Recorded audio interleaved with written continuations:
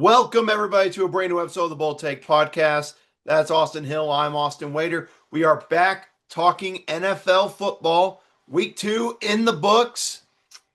Not the greatest week 2 for us, both in our teams, but we'll get to No. that in a little bit here. But before any of that, college football episode came out. Go give that a watch or listen, whatever you want to do with that, wherever you get your podcast. Talk all big matchups that happened this past weekend, including somebody making a very smart guarantee. I don't know who that could have been. Um, but also that we dive into the games coming up this Saturday, 3 ranked matchups. You don't want to miss it. And of course, our bet of the week. This man was red hot last week. We'll see if he can repeat it. So go get that episode a watch or listen, however you get your podcast. But let's dive into week 2 of the NFL, Austin. A very intriguing week in the National Football League. Many headlines we'll get to. But Austin, as we start every single episode here talking about the NFL each week, our biggest winners and losers from this past Thursday through Monday of NFL action. Who's your biggest winner from week 2 of the NFL? My biggest winner this week has got to be the Detroit Lions. Look, after kind of getting pretty much dismantled last week by the Green Bay Packers, to come into a divisional game where you and your opponent both 0-1 and both 0-1 in conference or in the division, and this being a divisional game, knowing that, pretty much the fate of your season as far as being able to compete for this division title is on the line. We saw the Detroit Lions really come out and play some of their best football. I know, we talked about coming into this season what the storyline was going to look like with Dan Campbell without his two coordinators. Was the team going to have the same success? And if you looked at what we saw last week, you'd say, man, Dan Campbell can't do anything without Van Johnson and Aaron Glenn. Those guys really carried this team. And then you saw a completely different team this week and a completely different storyline. And so I think that's a great turnaround. There were a lot of great turnarounds this week. I think the Atlanta Falcons also had one for how close they lost last week. But for me, I'm going to take the Detroit Lions in this one. Yeah, you beat me to my punch with talking about the Atlanta Falcons. So I'll give another one then. Let's talk about the Indianapolis Colts. Who had them being a 2-0 football team entering the season? I Not know. many people. Not many people. So nonetheless, 2-0 got a huge win over the Broncos despite there being some leverage needed to help them kind of get the win at the last second there. They still got the win nonetheless, 2-0. Still have yet to punt this season. One of the first team ever to do that through 2 games. So absolute credit to them. Now let's get to the fun one because there's a couple of teams. We're probably going to mention these teams in a segment a little bit later on. Who's your biggest loser from week 2 of the NFL? My biggest loser has got to be a team that we talked about last week, and that is the Miami Dolphins. Look, sure, maybe they didn't get dismantled like they did against the Colts last week, but to be up and really look like you're going to win a game and then it slip out from under your feet right at the end. This was not a great game two for a Mike McDaniel whose seat is getting increasingly warm. Look, like we've kind of talked about at this point, it feels like a certainty that he's going to be fired. But again, this doesn't make it any easier. This doesn't make the decision any more difficult when you come out and you lose another game that really looked like you should have won. Yeah, pretty simple there. I'll go ahead and give you another one I'll talk about here. That would be the Jacksonville Jaguars is my biggest loser. Mainly because you have the situation with Joe Burrow happen where he goes down. You have a pretty surefire game to get in your hands to get off to a 2-0 start in the Liam Cohen era. And for some reason, up 3, you decide to go for it instead of kick a field goal and make Jake Browning go the length of the field. And then you have the whole Trevor Lawrence waving off his coach Yeah. fiasco that happened there. So I don't know how things are in Jacksonville. So definitely I'll consider them our biggest loser. But let's now dive into the segments, Austin. And we talked about some of these teams, but let's talk about it. 0-2 teams. Talking about in the AFC, we have the Dolphins and the Jets, Browns, Texans, Titans, and the Kansas City Chiefs. And in the NFC, we got the Giants, the Bears, Panthers, Saints. That is it for all of them in the NFL. We got 10 total teams at 0-2. Now, for those of you who don't know, last year we had 3 teams that started 0-2 that managed to make the playoffs out of, I think it was 9 teams last year that were 0-2. So, I guess my question to you, Austin, is How about we do this? Besides Kansas City, because Kansas City's the easy one. Let's say it like it is. We would all agree with that. Yeah. Besides Kansas City, which of these 0-2 teams do you think has a strong possibility to kind of get the turnaround and maybe get a postseason, maybe for the future? Well, I'll give you one from each conference here in the NFL. Look, I think the team in the NFC, really the only team I see that has the most realistic shot of still making the playoffs. I think it would definitely be as a wild card team. But the New York Giants, I think I liked a ton of what I saw out of this team playing against the Dallas Cowboys. This was a good back and forth battle. And we saw kind of a vintage Russell Wilson in this game, making some absolutely huge throws down the stretch. Steelers legend, of course, Russell Wilson. So it was a great game for them. And even if down the road they turn over to Jackson Dart, which I think will eventually be the right move over the course of this season, I think Jackson Dart's better than Russell Wilson is right now, and I think that would help this team have even more success. But the team I think has a way better chance that again isn't the Kansas City Chiefs. Uh, I'm looking at the New York Jets here. I think this is probably, besides Kansas City, the best 0-2 team in the NFL right now. I think they looked really good in their first week. Now, Justin Fields being out this coming week with a concussion could kind of change things. How long he's out can maybe affect this team. But I think this team, at its best, has the right pieces. It's just about execution and finishing these games. Okay, yeah. So I guess I'll go ahead and give you one. NFC. Uh, I will say this just because I think they still have a chance and you still have the power of it. I'll say a different team. I still am not ruling out Carolina just yet. If we know anything about this NFC South, it finishes a whole lot closer than I think people realize there. I thought they had a great effort. They were getting blown out by the Cardinals in the afternoon slate. It was like, oh, great, another blowout loss. Then you saw them rally. You saw them rally, make that game interesting, and were this close to pulling off a miracle comeback and meeting the Cardinals. So that kind of left me out of that game saying, okay, there's still some fight and hunger in this team at this point. So that was like, I'm not giving up on them yet. If I had to be realistic, one about the NFC, I would agree with you on the Giants as a wild card team. The defense is always going to give them a chance, but the defense has got to play better than it did this past Sunday. Have a very interesting Sunday night football game this week for the Giants. Obviously, we'll talk about that maybe here in a little bit. AFC, you kind of talked about with the New York Jets. I'll go ahead and give another one. I'm still not ruling out Tennessee. Again, that we Agreed. were both very high, both picked them to win the AFC South. Obviously 0-2 start. They played the Broncos with a great defense. If the receivers had hands, they'd probably win that game. This game against the Rams this past week was a little different because the Rams just look like the better team as a whole. So I get that. But Yeah, again, winning your division games, you got the Colts this weekend. Then you got the Texans kind of trying to build some momentum in this division. That's what really helped all these teams. You think of when the Texans won the division their first year, they weren't beating a lot of the top teams in the NFL. They were taking advantage of those games yeah. in division. Jacksonville as well when they made their great turnaround.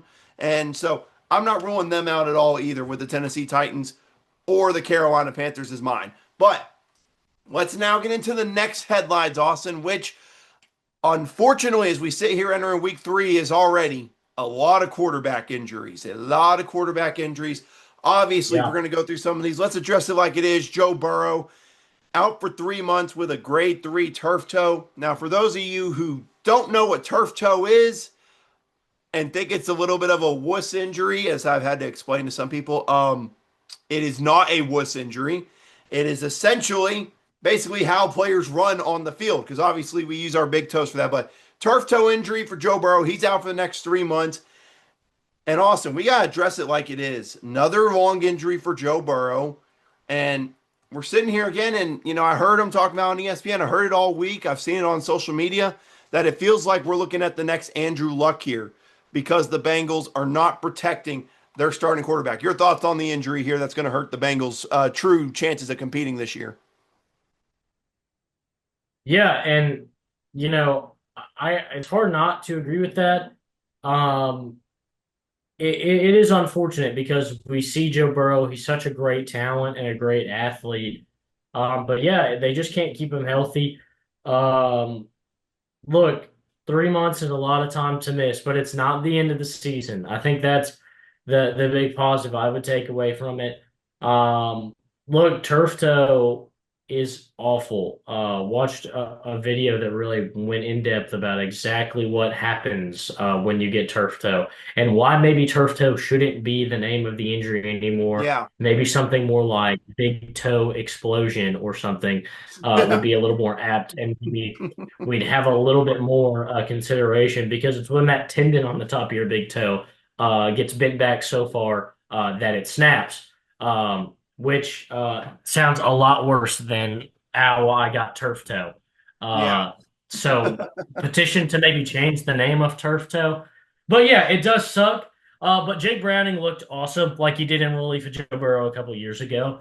I think if you're the Bengals, keep riding this momentum right now. You get Joe Burrow back at the end of the year. If you can just limp into a wild card spot, which right now you're in the lead in the division at 2-0, but if you can just limp, close to a wild card spot, you get Joe Burrow back to close out the season, and maybe you can do something special. It really sucks because this kills our MVP pick for the season in Joe Burrow. I think that's what maybe I was the most bummed out about. Yeah, it is unfortunate here. It made sense for it. So I did some research, and according to what I've heard, he would be back for the final three games: Dolphins, Cardinals, and Browns is what he'd be back for. And like you talked about, ride the momentum. You're 2-0. This would be different if it's the same old Bengals to start the season that weren't winning games. You were Agreed. 2-0 here. That's two less wins that Jake Browning has to get you in order to keep you in the wild card race. I mean, let's face it, if you win the division with Jake Browning this year, hats off to you guys because no disrespect, Agreed. I don't see how you beat Baltimore with Jake Browning. It's not to be mean. I don't see it happening. But you're absolutely right. With Yeah. those final three games, I think there's always a chance. Miami might be tanking the season at that point. We know what Cleveland's going to be. The only one out of that three I worry about would be Arizona. But absolutely, Jake Browning almost had this team in the playoffs when Joe Burrow suffered the injury like 2 years ago. So absolutely, I give him a fighting Yeah. chance here. Now, the next injury we're going to talk about here is one that happened on Sunday Night Football that was kind of late. J.J. McCarthy suffering a sprained ankle, going to be out 2 to 4 weeks with this injury for the Minnesota Vikings, which means Carson Wentz will take over as starting quarterback here in Austin. The question with this one is JJ's kind of building the wrong kind of precedence with this because here's a guy that's been in the NFL now, entering his second year, and we've seen the guy play two total games. Yeah, I think from that perspective, it does certainly suck, and it's unfortunate. You hate to see this, especially when, look, they made a big investment. Sam Darnold got this team to the playoffs last year, 14 wins, and instead of rewarding him with a paycheck and bringing him back to keep that consistency, they said, no, we still believe in this guy we took in the first round, the guy we thought was going to be the QB1 this year, so he got his ACL injury. So they bought in. So, yeah, it sucked to see this injury, but I think this is a right move by Minnesota. You saw the ACL injury last year. It's a sprained ankle. Sprained ankles suck. I think you and I both know that. I think Yes. taking it easy, not risking this anymore, and giving this guy some time off is the right thing to do. But look, for me, we kind of saw it in week one against Chicago. JJ McCarthy's got a good cast around him. He spent 3 quarters of that game against the Bears pretty much playing terrible. And then he went off in the fourth quarter. But the defense and the run game kept the Vikings just hanging around in that game to where when he got going, he snaps. And this team goes off. My big worry coming into this game is can Carson Wentz suck just little enough to win games with this team? I like Carson Wentz. We've talked about Carson Wentz. He's been in some unfortunate situations where Yeah. he has that bad habit of playing really, really well for 3 quarters and then throwing 3 interceptions in the fourth quarter and costing his team the game. So it's a complete shift. Um, can we see a little flashback for Carson Wentz and see what he can do for this team?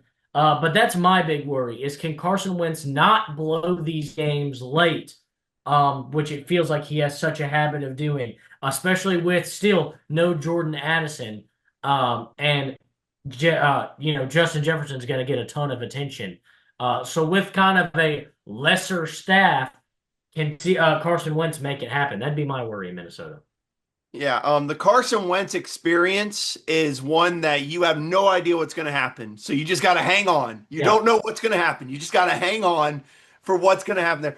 I would agree. Plus, I think let's face it like it is. Kevin O'Connell has the superpower to clearly revive any quarterback's NFL career.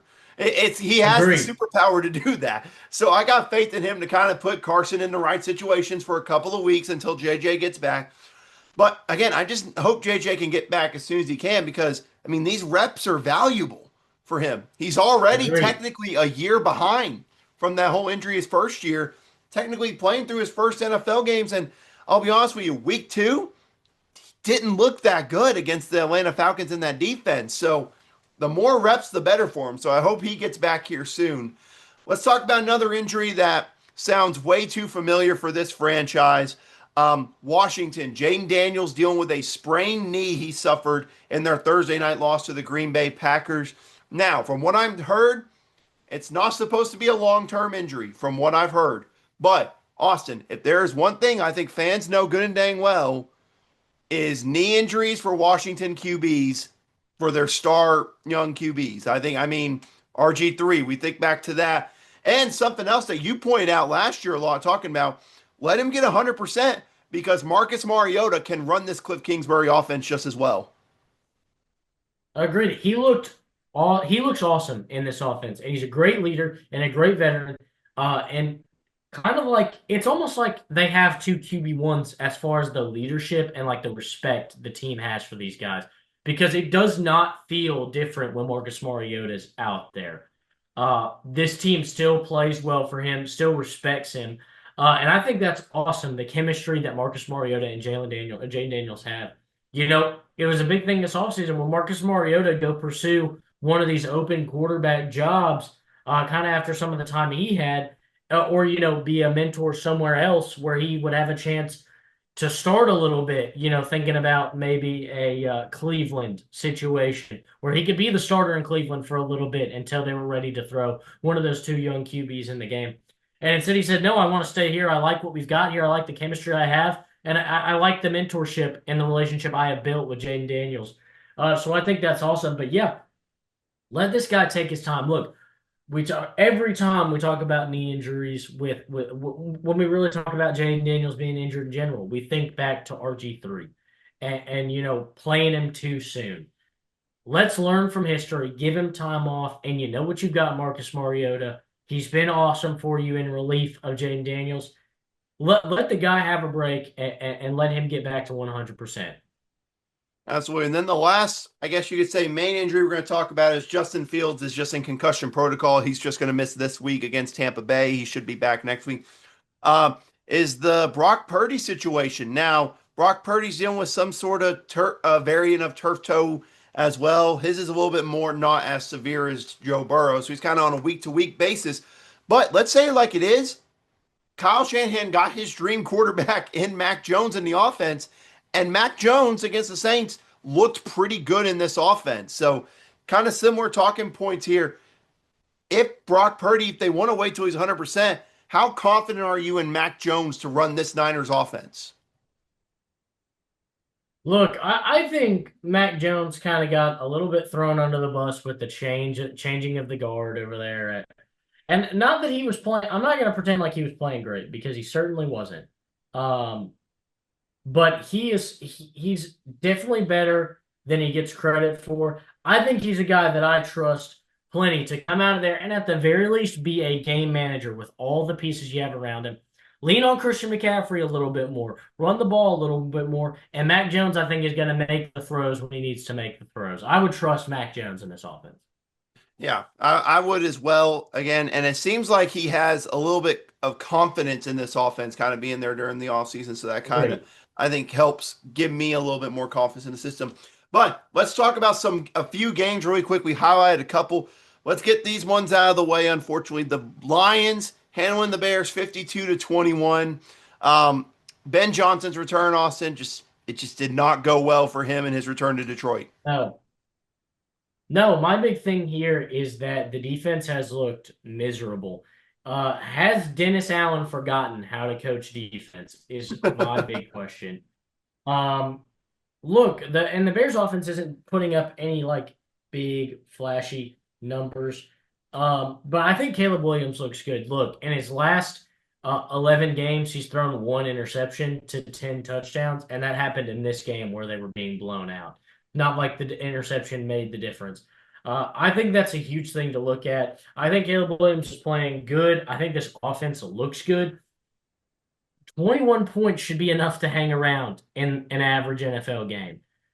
So for this one, for it to be a blowout and putting up 21, I expect more from this defense, especially from Dennis Allen, who was hired explicitly because he has the head coach experience and he was a great defensive coordinator for New Orleans. So he could help Ben Johnson kind of learn some of the bumps of being a head coach while still being able to coach a great defense.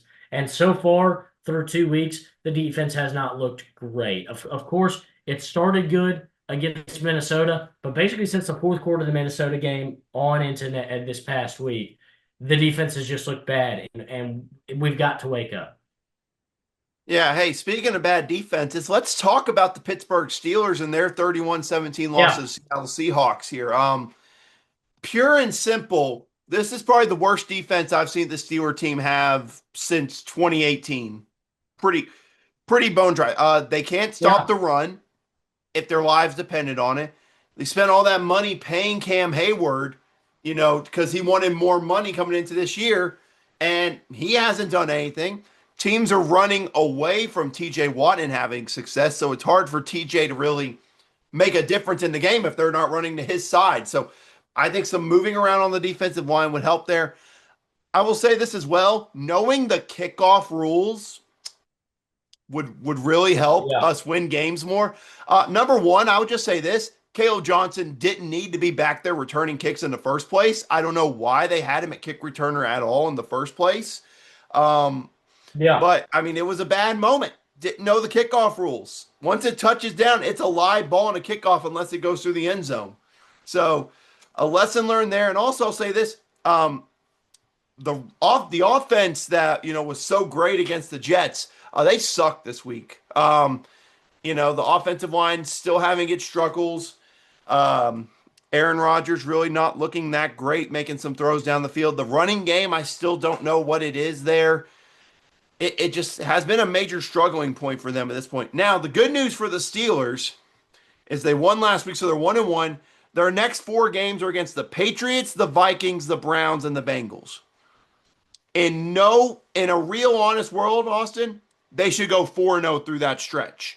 This should be a I 5. agree. I'm not They saying they're a should. great team, but based on this stretch, given the injuries that have just occurred to these teams, if this team's off 5-1, I'm really freaking worried that we might see the end of the Mike Tomlin winning record thing if they don't go 4-0 through these few weeks.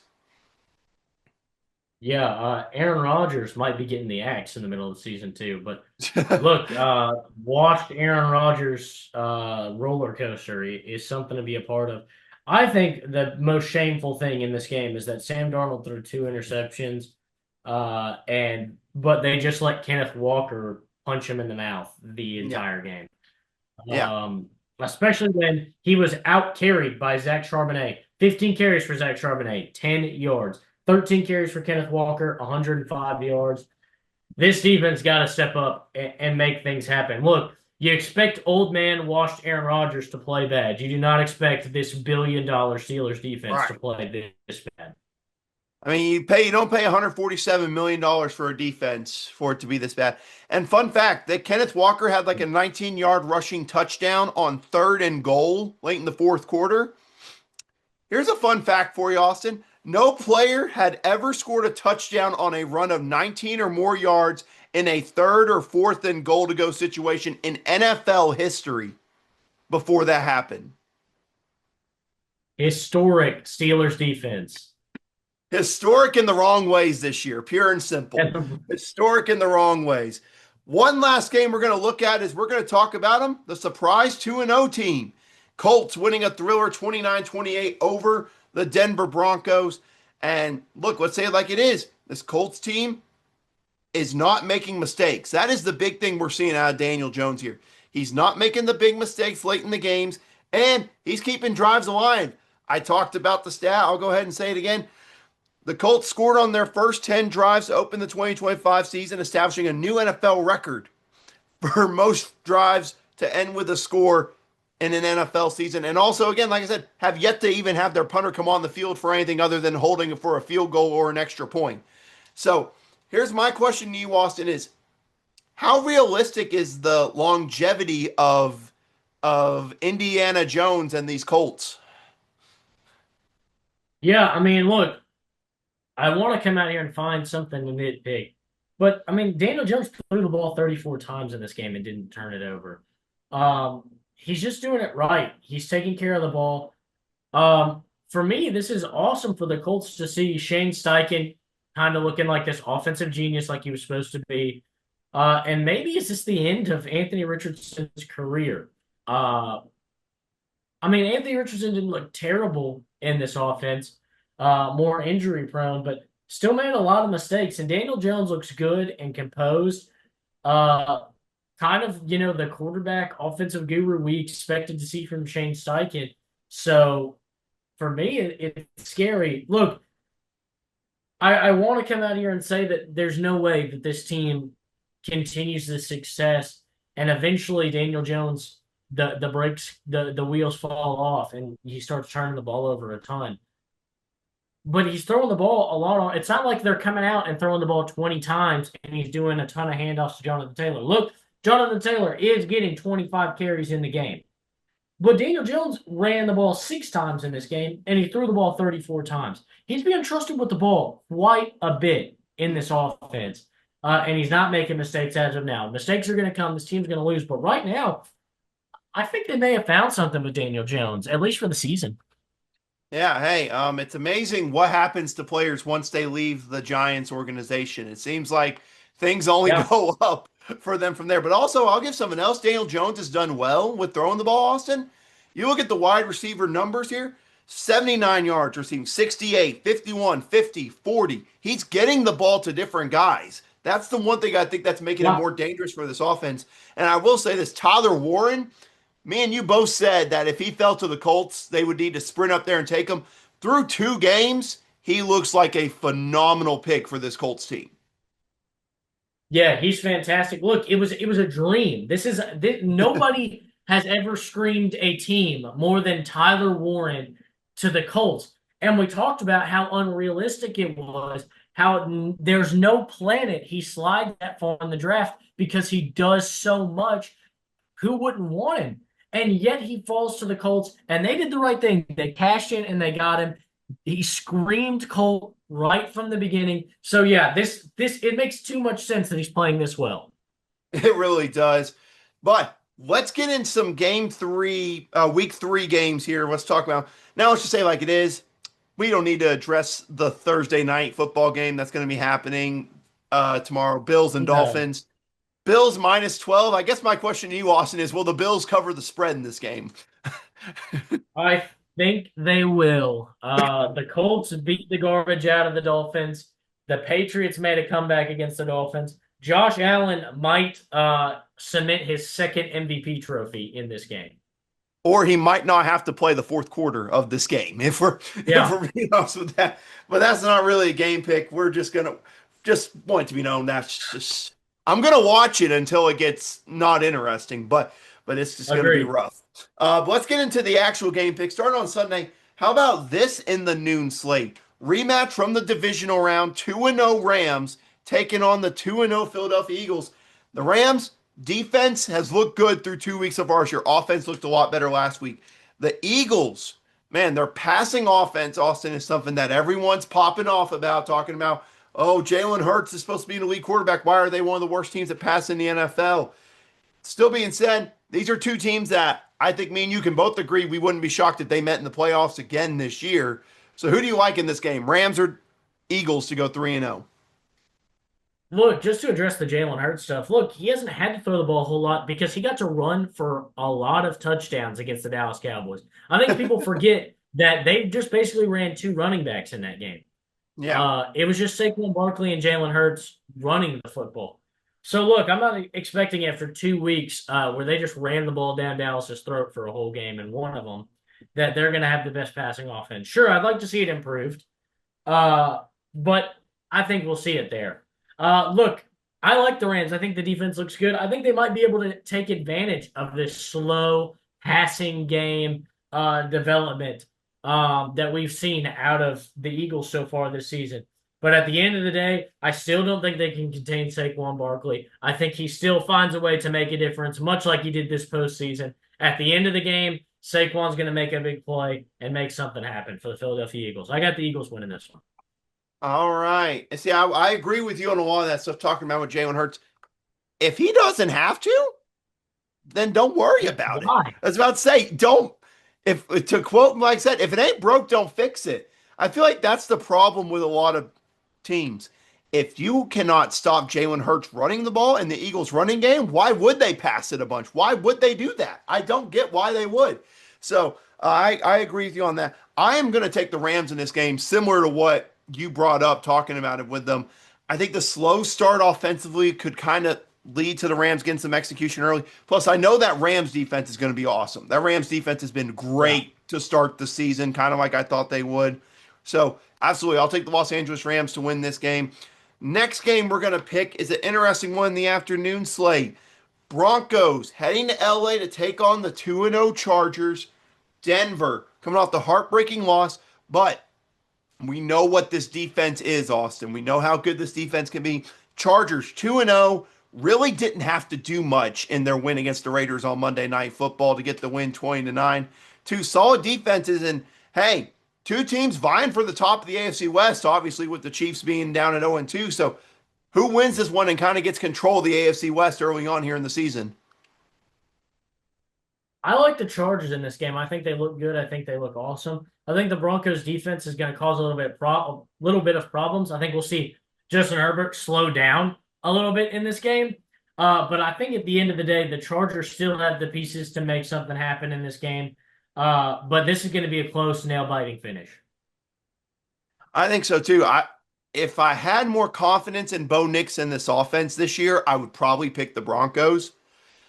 I will say this for the Chargers. They need to run the ball more. I know Yeah. Justin Herbert is played phenomenal. He's been great throwing the ball, but try to balance it out at least a little bit. Get Omar and Hampton in there. You drafted him in the first round for a reason. And use Najee Harris a lot more. They use them more, they can win this game big. So I'm going to go with you. I'm going to take the Chargers as well. Next game we're going to talk about. You got the Cardinals taking on the Niners, 2-0 versus 2-0 here. One of the only other matchup featuring 2-0 teams. Obviously, the questions about Brock Purdy. From what I'm told, there's a chance he will play. Maybe he will, maybe he won't. Kind of questionable at the moment. Cardinals are 2-0, but let's face it like it is. 2-0 surviving the Saints and then nearly blowing a 21-point lead to the Panthers at home doesn't really inspire a lot of confidence in a 2-0 team. So which one of these teams gets to go to 3-0? I'll say this much. They don't ask you how you want them. At the end of the season, we won't remember. So I'm going to take the Cardinals in this game. I think they take advantage of the, uncertainty at quarterback in this game. I think they come out and they get their best win of the season thus far. Yeah. I'm a believer as I have the Cardinals in the postseason. So yes, I want as much wins for the Cardinals as I can, so I can be right about that. Pure and simple. So I'm going to pick the Arizona Cardinals just like you for this one. Two more picks. Sunday Night Football. We've got the Chiefs and the Giants. Now I know what you're saying. Why are we picking this game? It's two 0-2 teams. Exactly. One of these teams, we both agree, both these teams are very much potential to be playoff teams. But one of them is going to be 0-3 after this game in the Meadowlands. So the question for you, Austin, is it going to be the Chiefs that are 0-3 and the story of the NFL, or will we be seeing the Giants off to another rough start? I'm just going to say it. I'm going to take the Giants in this game. Look, I think last week's game is going to light a fire under this team. This close. You were this close. You come out and look, the Chiefs are 0-2. So there's a real possibility to get hyped in the locker room. This isn't just talk to talk in the locker room. They're 0-2 just like us. They haven't done anything better than us this year. Let's come out at home, punch them in the mouth, and show that we can come out here and win a game. I think the Giants have a chance to take advantage of circumstance and win this game against the Kansas City Chiefs. Man, I tell you, that defensive line always gives them a chance in any single game with the kind of pass rush that the Giants have here. My only issue here is I really want to trust in it, but I also know that the Chiefs defense is a whole lot better than what the Cowboys defense was this past Sunday. So I'm going Agreed. to trust in that Chiefs defense to get a couple stops late. I'll tell you this much. It won't be my bet of the week. I probably plan to do the under for Sunday Night Football. I think this is going to be a low scoring game. I'll pick the Chiefs to win, but I think the Giants pass rush absolutely gives them a chance to win. Now, Austin, Monday Night Football, our final pick. What a matchup we have on Monday Night Football. The Detroit Lions heading to Baltimore to take on the Ravens. Look, this is my Super Bowl matchup, at least for me. This is my Super Bowl preview here. One of these teams going to be sitting 1-2 at this point. We know what the Lions showed they could do last week, but with the Ravens, they won. Didn't really use Derrick Henry, and the last time we saw him play a great team, they played good for 3 quarters, just not the fourth quarter. So who goes to 2-1 in this matchup of heavyweights in these NFC and the AFC? Look, I think it's going to be close. I think it's going to be back and forth. But I'm going to take the Ravens in this game. I like this team. I think that at the end of this game, I trust their offense a little bit more to make things happen. No disrespect to this Detroit Lions offense or Jared Goff. But I think I trust Lamar Jackson a little bit more at the end of this game. I think hopefully after week 1, this team's recovered a little bit on how they're going to close out games here on out. Yeah, but that hesitancy in me has me picking the Lions in this game. Say it with me, everyone. I don't doubt Dan Campbell. It's a great saying. It is, ladies and gentlemen. Listen, I think this could be the kind of game that the Lions could go in and win and make a statement. Everyone would be like, whoa, okay. They definitely don't need Ben Johnson in them. They're still a really good team. I still think people have kind of forgotten that about this Lions team. So I think you'll see them go in and get the win and get to 2-1 here. But that is it for our game picks, Austin. Our final segment is the bet of the week. Now, we did 2 for the same game. Yours was right on the money. Mine, the Browns scored 17 points when I had 16 and a half. They scored that final touchdown with a minute left, and it absolutely killed me when they made that extra point. So I will not Yep. probably be doing that again. Nonetheless, NFL Week 3 bet of the week for you. What do you got? I'm going to keep it short, sweet, simple. Chicago Bears money line. This team's not going to go 3-0. They're going to come out. They're going to dominate the Cowboys. It's a home game.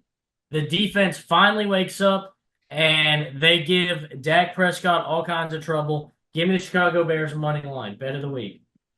All right, all right. Well, Steelers unders are 0-2 this year, ladies and gentlemen. So if that doesn't tell you how my betting season has gone so far, I don't know what does. Nonetheless, I'm going to go with a fun one here. You look at the matchup of Bengals and Vikings, and it's Jake Browning versus Carson Wentz, and you're just like, oh, that game's going to be so ugly. And then you remember the weapons Cincinnati has on that offense. You remember Kevin O'Connell, what he does, and what the weapons are for that Minnesota Vikings offense as well. So you know what? Give me Bengals Vikings over 41 and a half. I think this will be way more higher scoring than people think Wow. it's going to be. I don't think it's going to be like unbelievably high scoring, but I mean 42 points. I think they can easily get to that with both these coaches and the weapons that are on both these teams. I know it's not the starting quarterbacks, but I think both offenses can still do well. So I'm going to take Bengals Vikings over 41 and a half. That is our bets of the week, and that is going to do it for this episode of the Bold Take Podcast. Again, if you haven't, go give a listen to the college football episode. We got so much to talk about in that one. Something I didn't mention earlier, we had our first 2 coach firings of the season. UCLA and Virginia Tech, we talk about those firings and what those future means for those programs, plus talking about the games this weekend. But go give that a watch if you haven't already. That's going to do it for us here at the Bold Take Podcast. That's Austin Hill. I'm Austin Wader, and we want to thank you for watching.